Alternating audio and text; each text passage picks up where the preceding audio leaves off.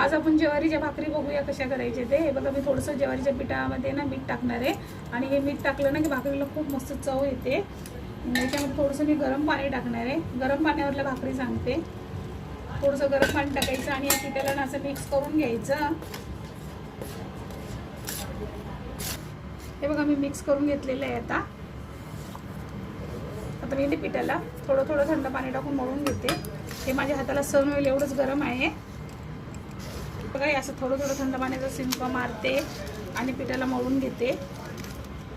3 ते 4 भाकरी होतात. 4-5 भाकरी होतील पातळ केले तर, पण मी मीडियम साईजचे करणार आहे. आता मी छोटासा गोळा काढते यातला. हे बघा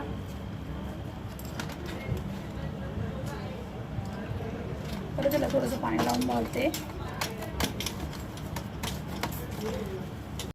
असं लिहिलं आहे आणि ते पिठाला असं फिरवते आणि हातावरती असं करते. हे बघा हे झालेलं आहे. भाकर थापते मी आता.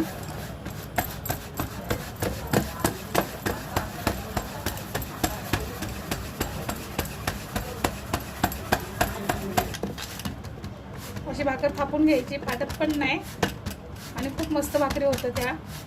करून बघा अशा भाकरी. माझी भाकर झालेली आहे थापून. आता मी उचलते अशी भाकर. अशी उचलायची भाकर हातावरती आणि तव्यावर टाकते.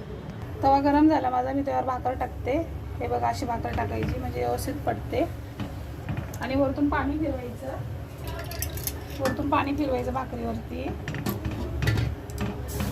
त्याचं सगळं पाणी घ्यायचं फिरून.